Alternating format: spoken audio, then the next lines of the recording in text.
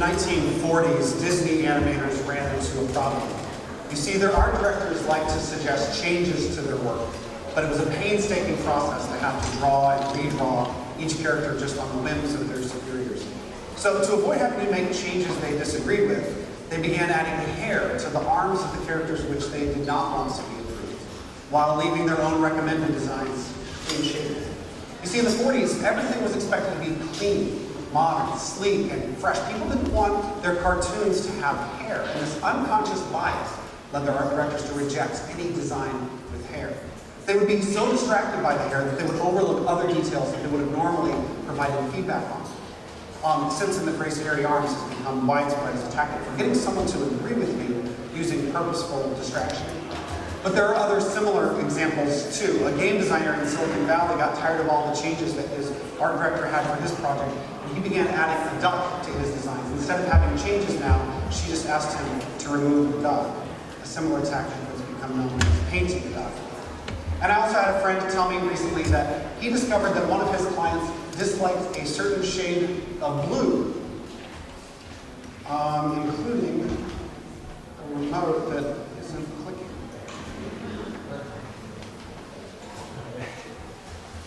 I'll use the keyboard. He discovered that his client disliked a certain shade of blue. No, now the computer seems to be frozen here. I'll just escape. I got it.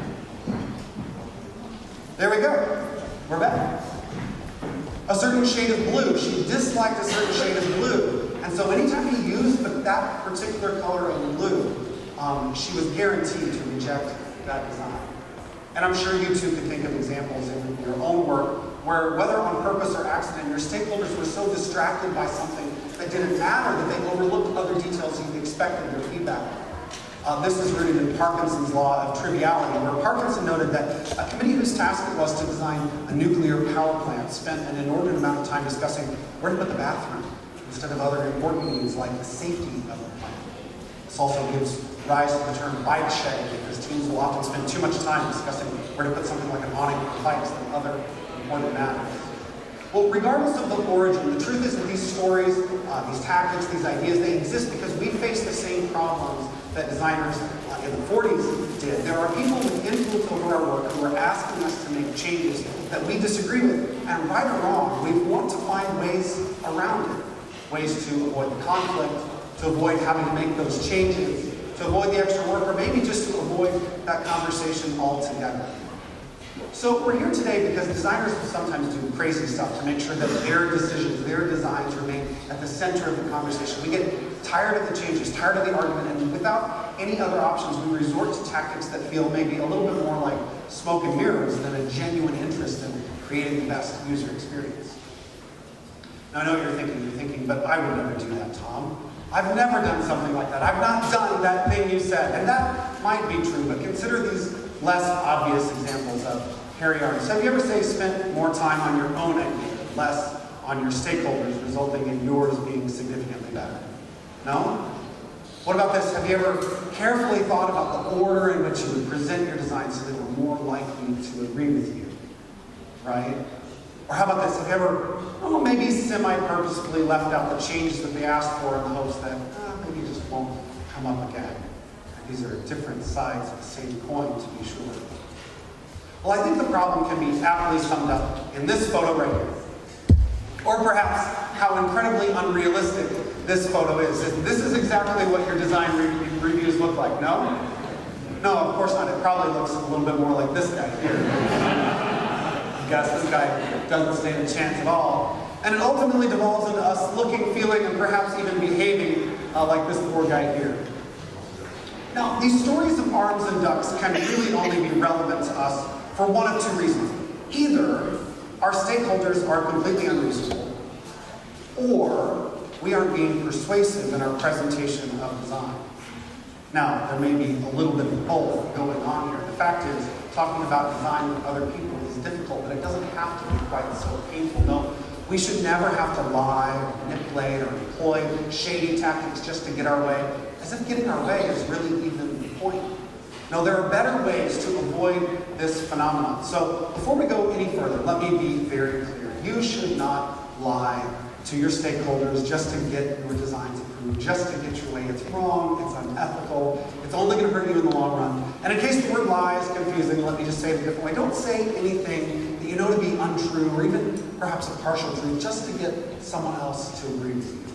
I expect that everything we do to be above board, open, and honest. But before we bash these duck painters as liars and cheats, I want to dig a little bit deeper into these tactics because I think there is some truth worth considering here. And I'd like us to understand why it works and how it could be relevant to our own work. So let's go back to the first one, which is that our stakeholders may be completely unreasonable. Now, it's absolutely true that some people will be unreasonable, right? They will want what they want, no matter what we say, despite the fact that we're the experts, maybe even much to the detriment of the user experience. You may have seen this quote from Henry Ford. If I had asked people what they wanted, they would have said faster horses. Henry Ford didn't actually say that, okay? But the sentiment, it could be true here for us and our stakeholders. Asking our stakeholders what they like or want would be tantamount to missing an opportunity to giving them the automobile that they actually need. But at the same time, our stakeholders have valuable domain knowledge. They have information about the business that we don't have. And this is the point of conflict. Right? But if the integrity of our design is at stake, then I would rather find ways to be, purposefully shrewd in the way that we approach them, to be careful in our presentation of design, to make it more likely that we'll be able to be successful in moving our products forward. Now, I know it seems that it could be a little bit arrogant to suggest that maybe, just maybe, some of our stakeholders are unreasonable. But it's absolutely not true that everyone we deal with is somehow altruistically committed to the best result, as if everyone is only always focused on the thing that we're so here to accomplish. No, some people will act in their own best interests, no matter what. It's been guessed that as much as 4% of the population are actually clinical sociopaths. That means that 4% of all the people that you deal with, even 4% of the people in this room, use dishonesty, charm, and manipulation to control the people around them. What's interesting, though, is that sociopathy is 4 times more likely to occupy corporate executive roles than the general population. Now, don't worry, I'm not suggesting that your CEO is a mass murderer, okay? Because sociopathic tendencies can manifest themselves in non-violent ways as well. When you think about it, it makes sense. These are people who are able to successfully remove the emotion of their decision making from the equation. It can be hard to make important decisions for a business if you actually have the empathy to understand how your decisions affect everyone around you. A lot of people got into these executive roles simply because they were able to successfully remove themselves from that part of the relationship. The side effect for us is that sometimes their decision making doesn't seem like it makes very much sense. But don't worry, I don't think sociopathy is actually worrisome enough for us to actually focus on it. No, I think most people just simply have biases, right? Everyone does. Biases toward what they're comfortable with, toward their own ideas, even certain people. But get this, even people who employ conscious effort to eliminate the bias will still operate under a certain amount of bias when they're under pressure. That's right, unconscious bias will manifest itself more in situations where stress, distraction, and competition are increased. Gosh, that sounds a whole lot like our work environment sometimes, doesn't it? So even people whom we believe to be acting in the best interest of the product or the company, they may be still operating under a certain amount of bias without even realizing this is something called mental residue. It's a leftover amount of bias and preference that can rear its ugly head when we're in the throes of work.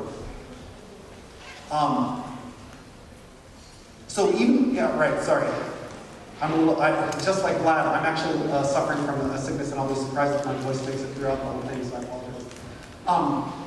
But in addition to this, people just simply aren't rational decision makers, right? We make decisions first, and we justify them afterwards. This is something called choice supported by psychology science. It's a phenomenon where people will retroactively try to come up with an explanation for their choices. And this sort of thing happens all the time in design reviews, doesn't it? Our emotions drive our choices, and then we unconsciously backpedal to find the logic in our decisions. If we had asked this client earlier who was opposed to a certain shade of blue, we asked them why they prefer the red one over the blue one. they would undoubtedly come up with some explanation that sounded like it made sense. Oh, well, the interaction component over the widget tells me that blah, blah, blah. Because in the absence of logic, or rather, in the presence of unconscious bias, we will grasp for any explanation of our choices to make sense of our decisions. And this sort of thing happens all the time in our conversations. So I think it's important to remember that there's a spectrum of personalities that we're dealing with here, right? On the one hand, sure, some people are going to be manipulative, lying, but most people, they just simply have biases. But here's the point. As a result, we really do have a problem when it comes to talking to people about design, talking to our stakeholders. It's not made up. This is why stuff like hairy arms and painting ducks exists. This is why it works. People really can be unreasonable. Our expertise really is at stake. But before we draw too many conclusions from all of this, let's try to look at the next problem, which is that we just simply aren't persuasive in our presentation of design. Maybe put it another way, we may not want to put forth the effort to ensure success. And so some of these lazy tactics seem appealing, don't they? I mean, that's what it boils down to, I think, for a lot of us. The reason why these shady tactics are both funny and appalling is that they sidestep the morally right choice of doing the hard work to convince someone else, and it is indeed hard work. Painting a duck is the simple pill you can swallow to deal with your pain. So while working with stakeholders is definitely challenging, the truth is we can't actually do anything about it. We can't change them, right? Whether they're blatant sociopaths or just stressed out, allowing their biases to manifest, it's still out of our control. One of my teachers in grade school told me that I should write down the things I was worried about on a card. And on the one side of the card was to write down the things that I could change or control, the things that I had influence over. And on the other side, I was to write down the things that were out of my control, the things that I had no influence over. My job, of course, was to focus on that other side, on the things that I could actually control. So rather than obsess over what we can't do, let's instead focus on what we can do, which is learning to address our stakeholders in a way that's convincing, compelling, that demonstrates our expertise, so that we don't have to obsess over these silly stories anymore. The way that we can do that is simply by focusing on being articulate, on taking their design feedback, on processing and adding value to the conversation, and then finally on aligning ourselves with the needs and expectations of our stakeholders. We'll go through each one of these now. Well, I mean, it should be pretty obvious that the most important thing that we can do is to just be more articulate, right? We just have to simply use better words to express our meaning. And while that sounds nice on the surface, the truth is that articulating your design decisions, it can be difficult. It requires a little bit of forethought and planning. It definitely requires a lot of practice. But you see, there is logic and reason in what we do, and we often fail to communicate that to our stakeholders or to our clients. But I think part of the problem is that we don't want our stakeholders to actually fall in love with our design. We want them to fall in love with the logic and the reason behind our design. Design is fickle and changing, but our logic of why we did what we did will stand up much better to criticism if we can only impart that with words. So for now, I want to hone in on just two things that will improve your ability to articulate design decisions. And it's your ability to improve your vocabulary and write everything down. These are two important things that I see a lot of designers not doing well. In our industry, there's this idea that your design should just speak for itself, right? That you should just be able to pull the cover off and ta-da, it will all just make sense to everyone. But that's almost never how it goes. You may be familiar with this here. A user interface is like a joke. If you have to explain it, then it's not very good. But that's not true at all, is it? If that were true, then these meetings would be a breeze. These conversations would be really easy. No. You are responsible for explaining your designs to other people. That responsibility falls on you. Your design will not speak for itself. And the words that you choose are critically important. Now, everything is up for discussion. And the words that you choose are going to make the difference between success or not. Johnson O'Connor did scholastic and aptitude testing at GE many decades ago. But he found that the size of a person's vocabulary was the single most important predictive factor in their occupational success, more than their family status in the community, more than their education. And you might think that it has something to do with the number of years of experience that they have, or maybe where they went to school. But I think it has to do with being articulate. And it makes sense when you think about it, right? People who have more words will be able to get at a more precise meaning. A more precise meaning will be communicated more clearly. It will be less likely to be misunderstood, more likely to be accepted by the recipient. People who are more likely to get their ideas accepted will just have more success overall. It makes sense. If you're able to better explain your choices to other people, they'll be more likely to agree. We can't underestimate the importance of this. When you use better words to explain your decisions, people will have trust in you. They'll see you as smart, and more competent. Right? Think about this very simple example to describe Greever. This box moves out of the way and shows the text underneath so that users can see what it does. Nothing wrong with that. But when you compare it to something like this container animates when the user interacts with it, exposing the content to provide more context. Two different ways of describing the exact same interaction, but one of which really demonstrates that we know what we're doing. We've done this before. We understand how this works. And to be clear, it's not about confusing people with jargon. It's not about confusing them and using big words just to impress them. It's about providing clarity with a more precise meaning. I was working with a developer recently who was sharing a design that he had made on his own. To be honest, it looked terrible. But rather than berate him for his awful design decisions, I talked to him about how the visual architecture didn't make sense, how the size of the type didn't infer the relationship between the elements, how all of the buttons looked exactly the same, and therefore it wasn't clear to the user what we expected them to do next.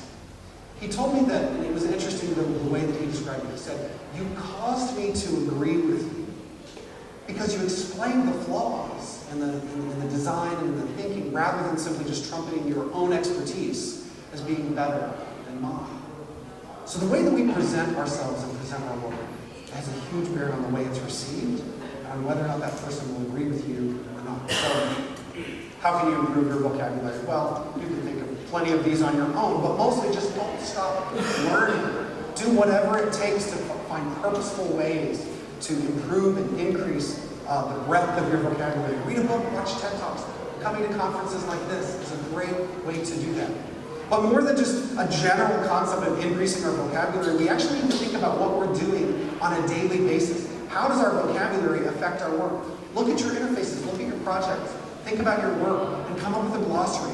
What are all the different words you could use to describe this particular element? Right? And then use those words, use that understanding to get at the more precise meaning. So the next thing that you need to do to be more articulate is just simply to write things down. You want to write down anything that's related to your design decisions that's going to help you document and describe what was done to someone else. I recommend writing out your thinking in paragraph form. Assume that the other person doesn't have the benefit of seeing the visuals that you created. Right? The process of changing mediums, moving from a visual medium to a written one, allows your brain to work in a different way. You will uncover parts of your thinking that you didn't even realize was there. You can ask yourself questions like, what problem does this solve? How does this affect the user? Why is it better than the alternative? Because if you can answer these three questions first to yourself, you'll be much better prepared to answer them in the moment of a meeting. I think sometimes we're kind of lazy when it comes to this stuff. It seems time-consuming and unnecessary. We expect that we can just go into these meetings and just wing it, as if we'll be able to remember everything.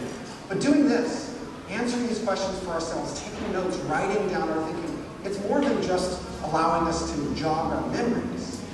The process of documenting your design decisions is actually going to reveal thinking that you didn't even know was there. It will uncover holes in the user experience. It will reveal business requirements that you forgot about. And it will also make you better prepared to talk to other people about your design.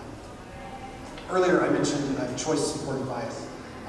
In 2007, two psychologists gave participants in a study a choice between two options, both of which had positive and negative attributes. 6 weeks later, they brought the participants back, and they told them they had chosen the other option than the one that they had actually chosen.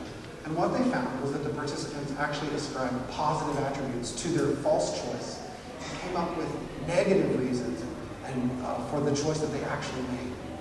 Well, this is important for us to understand because when we write down the choices we make it more likely that our stakeholders are going to associate with positive memories, more likely that later in the conversation we're not going to end up saying, again, why did we design it this way? We're going to avoid those repeating conversations. Let me just show you a few quick examples from my homework to give you an idea of what I'm talking about. This is some notes that I took on my own. I didn't share this with my client. I literally just wrote it up for my own benefit. And you can see I have a problem and solution on one side or the other. It took me just a few minutes. Here's the problem I'm solving. Here's how I solved it and why I solved it in that way. Daily stand-ups, great opportunity for you to think about not only what you did, but why you did it. And practicing it with your peers. It took me less than 5 minutes to do this before our daily stand-up. And I do this regularly. This is a more complex form of note-taking from a larger meeting where our entire design team was involved. And I wanted to be sure that we were documenting everything that we did so that weeks later we would be able to go back and look at our notes and remember, sure enough, 3 months goes by, new manager on the project. Why did we do it that way?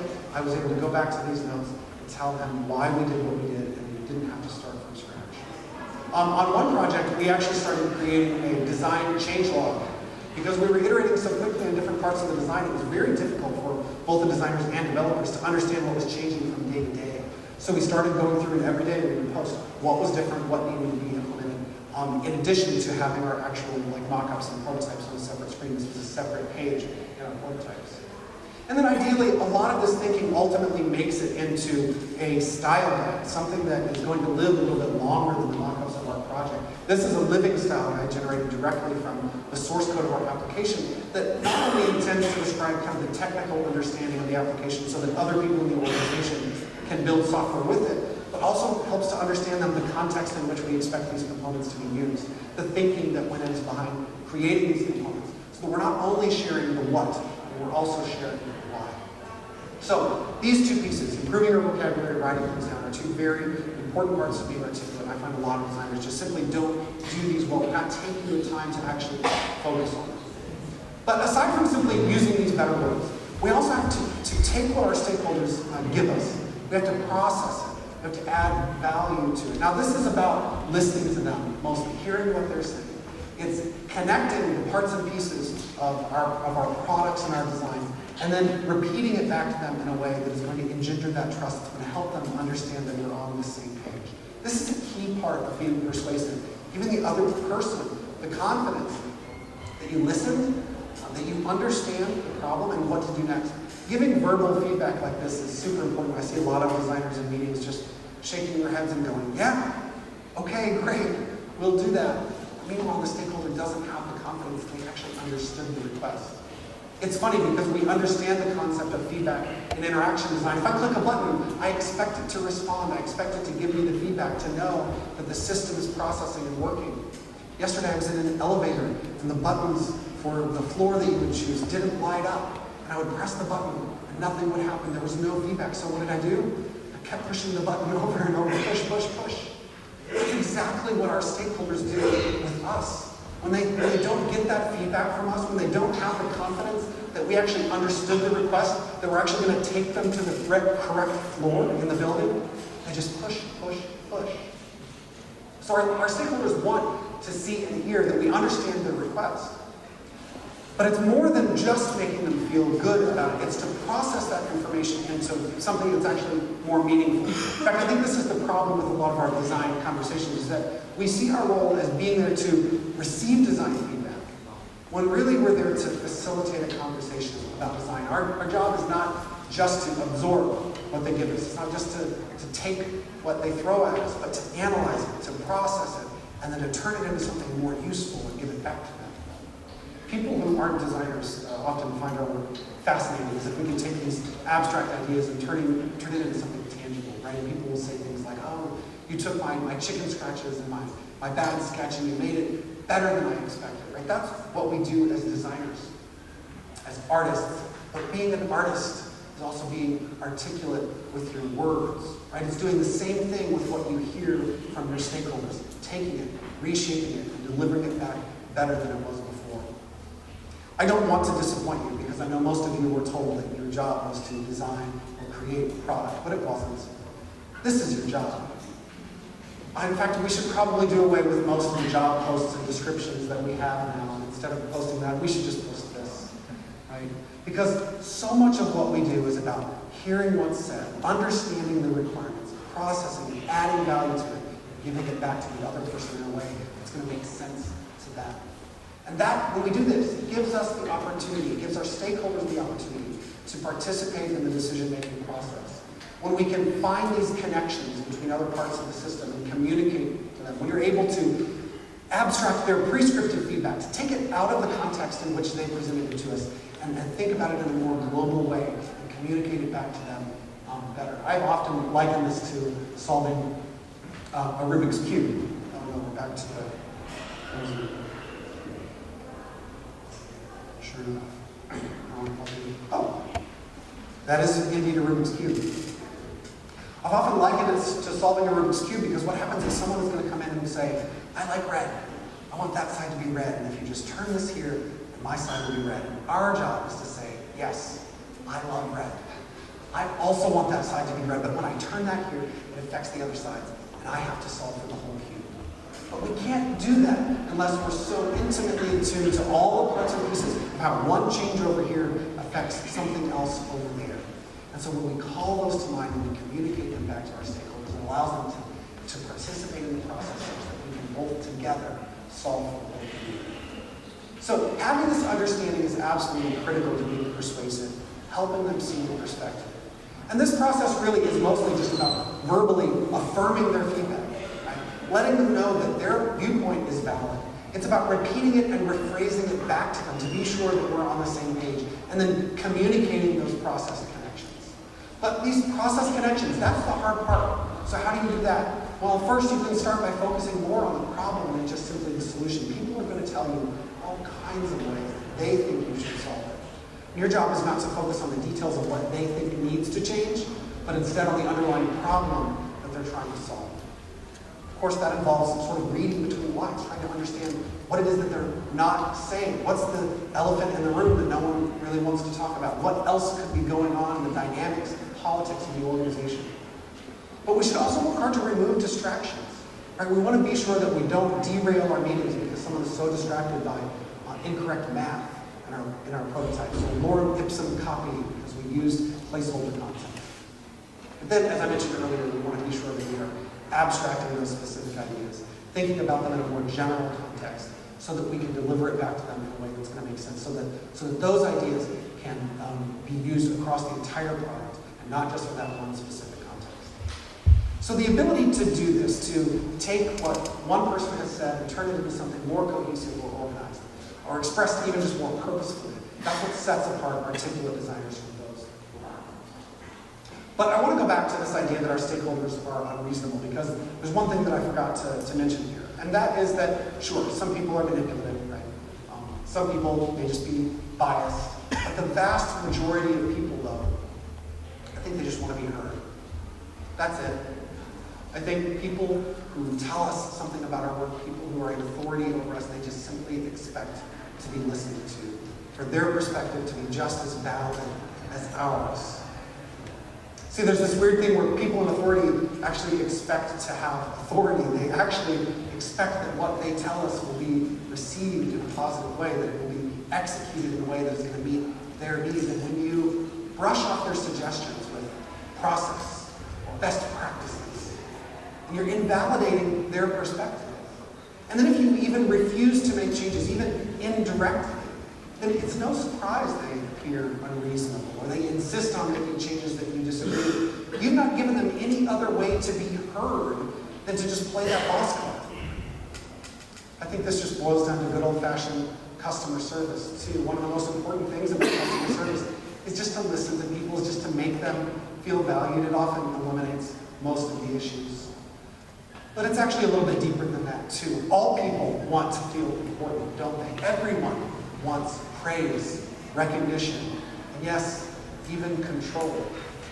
People become unreasonable when they think those things aren't happening. And so the last thing that I'd like to propose to our solution of painting ducks and hairy arms is that we need to align ourselves with the needs and expectations of our stakeholders, to orient ourselves toward them, to remember that they're human, that they're people too, that they have the same needs for affirmation or praise that we do, that they have things going on in their personal life, that the way they respond to you in a design meeting may have nothing to do with you at all.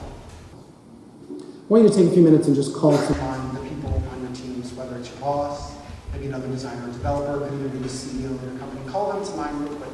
And I want you to remember one very important thing about all of them.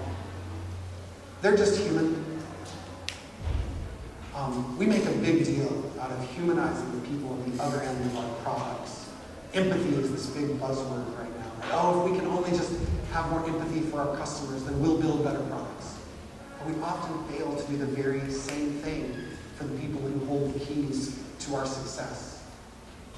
Stakeholders are people too, and if we can't learn to empathize with and design to meet their needs, then our products will never see the light of day. It'll never even have the opportunity to go out into the world and positively impact the needs and expectations of our customers that we care so much about.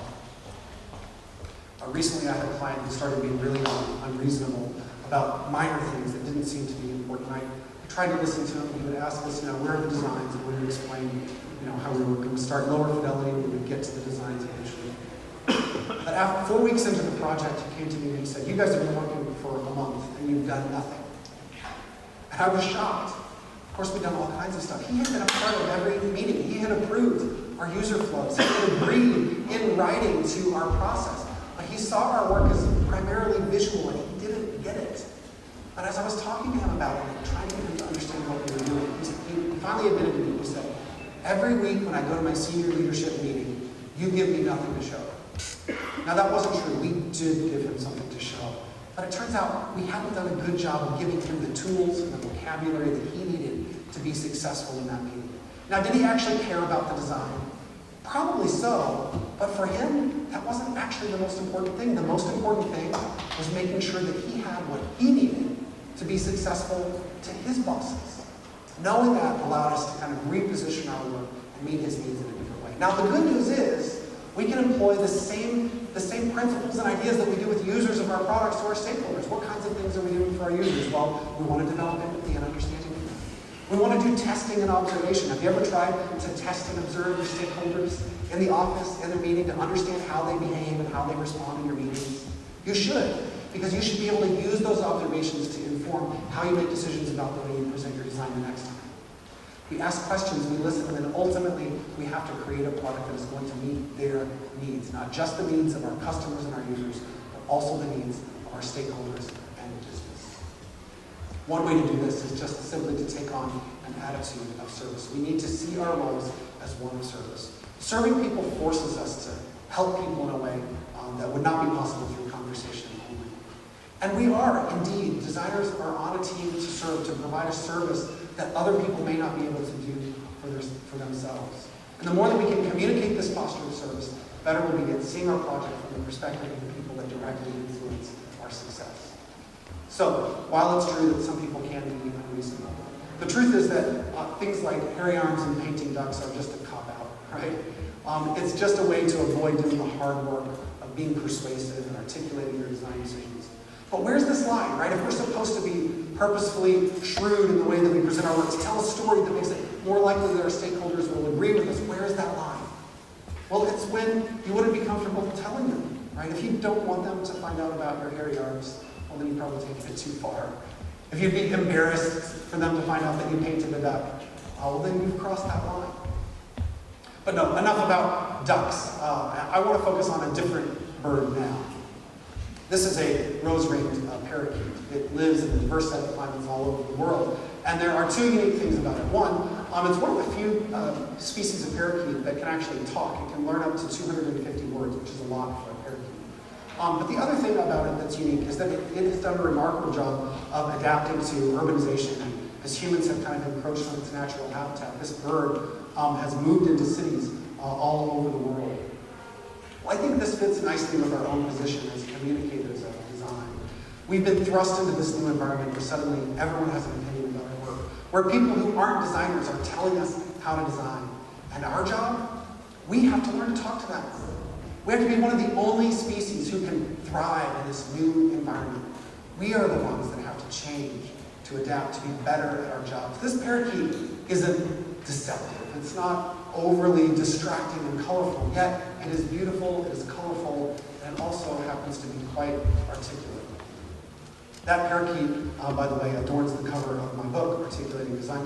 And while I did not have a say in choosing the bird for the book, I have found it to be an appropriate metaphor that we have to pick up every single day. This isn't something that you